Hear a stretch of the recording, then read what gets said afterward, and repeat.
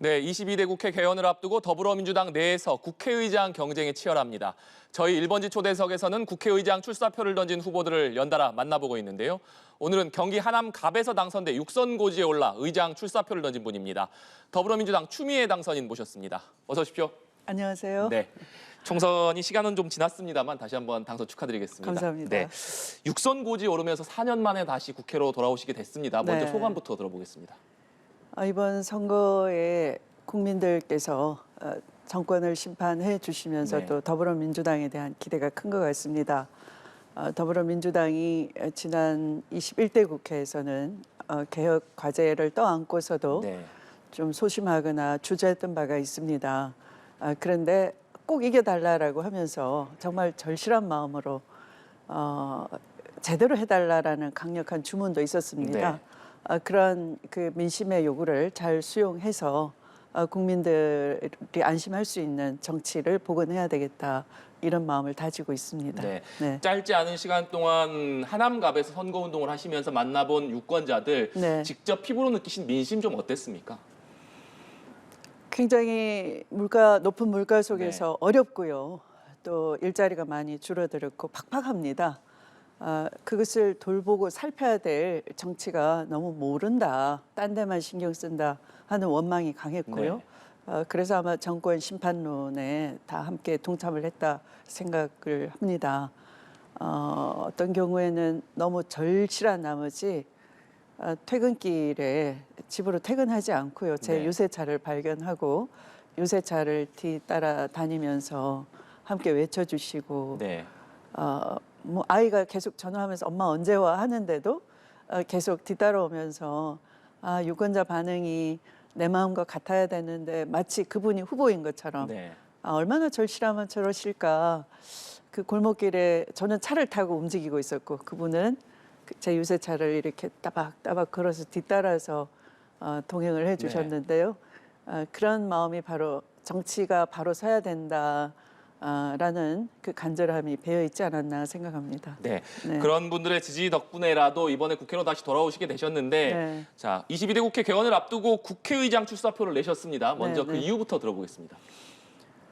지난 국회에서 유보된 개혁 과제들을 반드시 완수해내겠다라는 것이고요. 또 지체된 미래에 대한 준비가 없으면 불안한 사회가 됩니다. 네. 그래서 특히 뭐 기후 위기 속에서도 준비를 해야 되고요. 또 너무 양극화가 극심합니다. 네. 중산층이 다 붕괴되고 일자리가 사라지고 또 제조 강국 대한민국의 수출길이 다 막혀 있고요. 정치를 복원하고 외교를 복원하고 민생을 복원하는 그런 국회가 돼야 된다. 이렇게 생각을 합니다. 네. 개혁 과제 완수와 미래의 준비를 크게 준비해야 될 과제로 말씀해 주셨는데 네. 출사표를 던지신 이후에 추미애 당선인께 따라붙는 이름 혁신의장이 되겠다라고 네. 강조하고 계시기 때문에 네, 네. 혁신의장이 과연 어떤 뜻이냐 이 부분도 설명해 주시면 좋을 것 같습니다. 네. 굉장히 그 충격적인 사례가 있습니다. 검찰 개혁이 모든 개혁의 그 입구에 서 있고 검찰 개혁이 되지 않으면 모든 개혁이 불가능하다라고 공감대가 형성돼 있어서 검찰 수사권을 직접 수사권을 좀 줄이도록 하는 입법 발의가 이제 그 국회 통과하기 직전에 국회의장이 직접 개입해가지고 이 글자 한자를 네. 바꿈으로써 도로아미 타불이 돼버렸지 않습니까? 그러니까 수사권을 제약하는 그 중이라는 단어 네. 하나를 등으로 바꿔서 그걸 한동훈 법무부 장관이 시행령으로 수사 범위를 더 확대해 버렸죠. 그래서 적어도 국회의장이 아무런 개혁 의지가 없고 또 제대로 문제의 본질 핵심을 놓쳐버리면 정말 다 된 밥에 코를 빠뜨리는 어리석음을 범할 수 있다 이렇게 생각하고요. 실력으로 무장되고 통찰력을 갖추고 또 적절하게 제대로 초당적인 리더십을 발휘하면서 국민들께는 좀 쉽게 설명해서 국민적 공감대를 형성해서 그걸 정치력으로 돌파해내는 그런 의장이 필요하다 이렇게 생각을 합니다. 네, 국민적 공감대를 통해서 개혁 과제들을 좀 완수해 나가겠다라는 의지를 밝혀주셨는데 네, 네. 지금 당내에서는 6선의 조정식 의원이나 5선의 정성호 또 우원식 의원 등도 출사표를 던졌습니다. 네. 역시 이분들도 개혁적인 과제들을 좀 완수하겠다 이런 얘기들을 많이 네, 좀 네. 하고 계신데 네. 이분들과 비교해서 왜 추미애 국회의장이 돼야 되는가 그 부분은 어떤 말씀 주시겠습니까?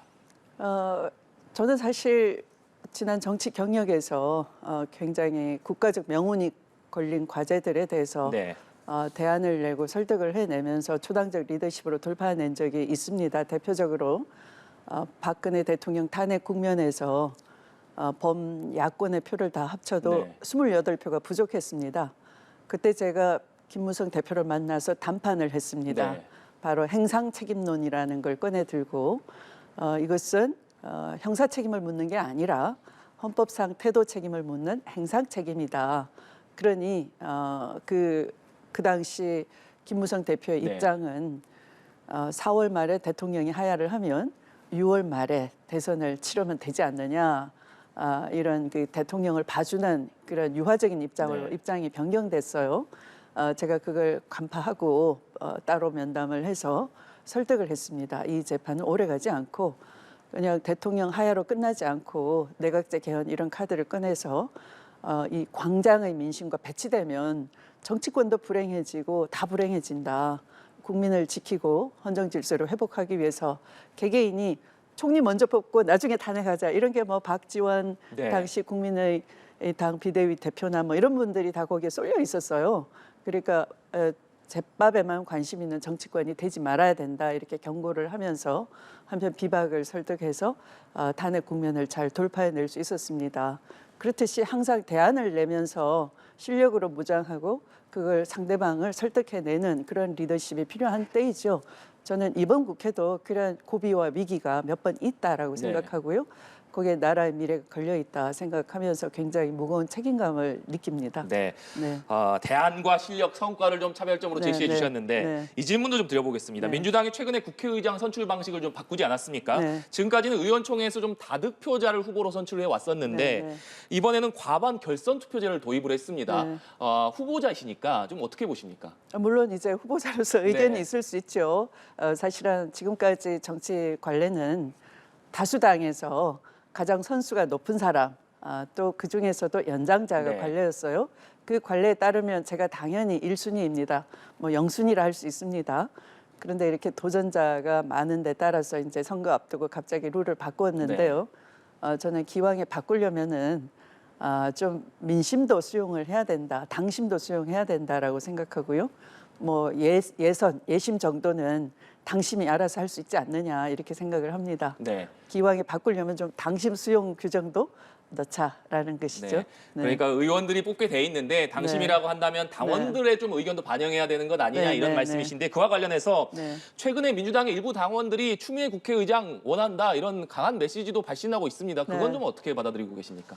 아마도 그 지난 21대 국회에서 많은 충격을 받으셨어요. 당원 지지자들께서 특히 당대표 체포 동의안 검찰 쿠데타를 일으킨 정권이 무리한 제명을 뒤집어 씌워서 정적을 제거하겠다 하는데 소속당의 국회의원들께서 멀쩡한 정신을 가지고도 체포 동의안에 동의를 해주는 그 광경을 보고 굉장히 충격에 휩싸였다 생각을 합니다.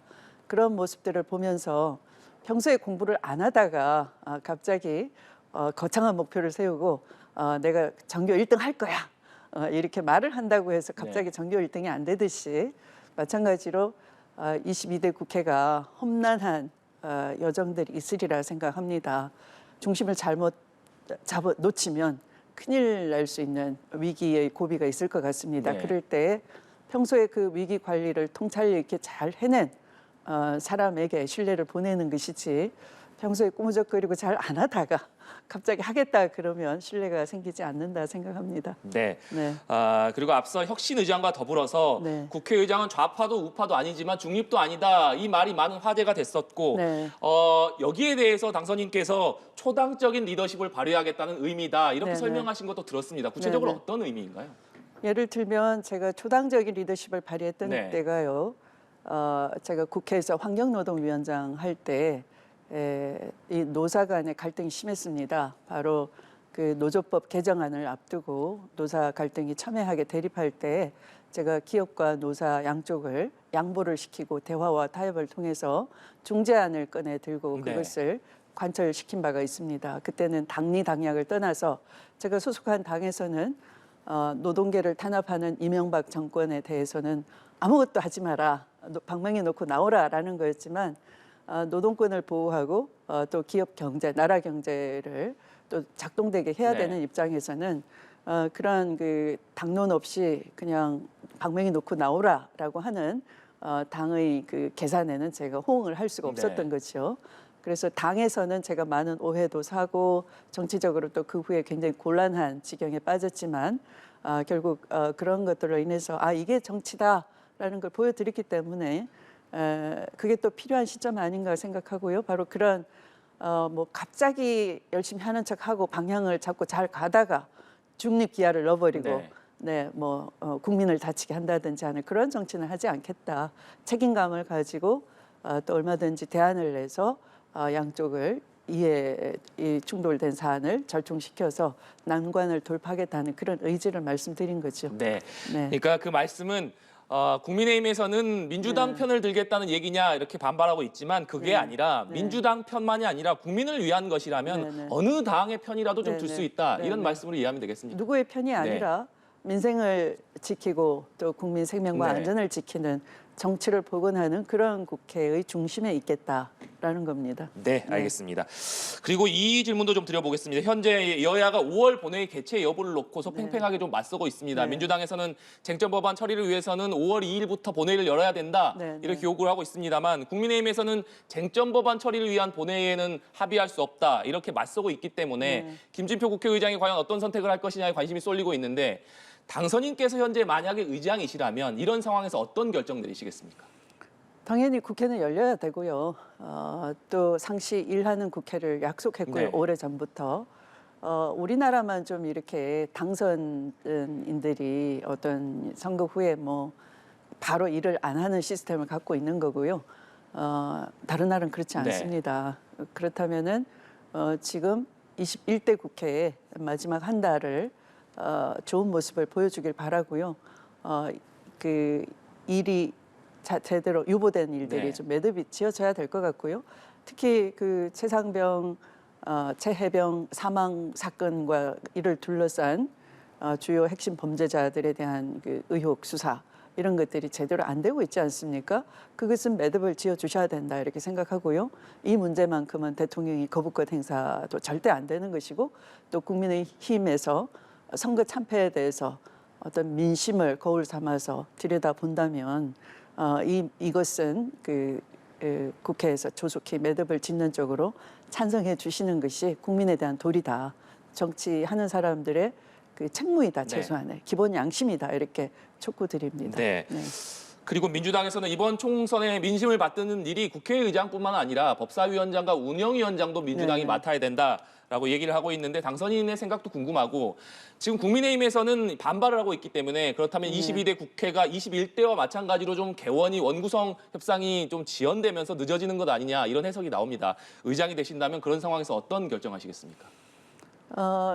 지금 뭐 운영위 법사위 같은 경우는 당연히 그 일을 안 한 쪽에서 말할 자격이 없는 거죠. 지난 21대 국회를 보면 법안 통과율이 굉장히 저조했어요. 네. 대체로는 아마 50% 이상 법안 통과율을 보였고요. 이렇게 법안 통과율이 지난 21대에서 저조했던 것은 이 국민의힘에서 법사위원장을 맡아서 법사위 관문을 통과해야지만 네. 되는 건데 그 관문을 통과를 막았던 거죠.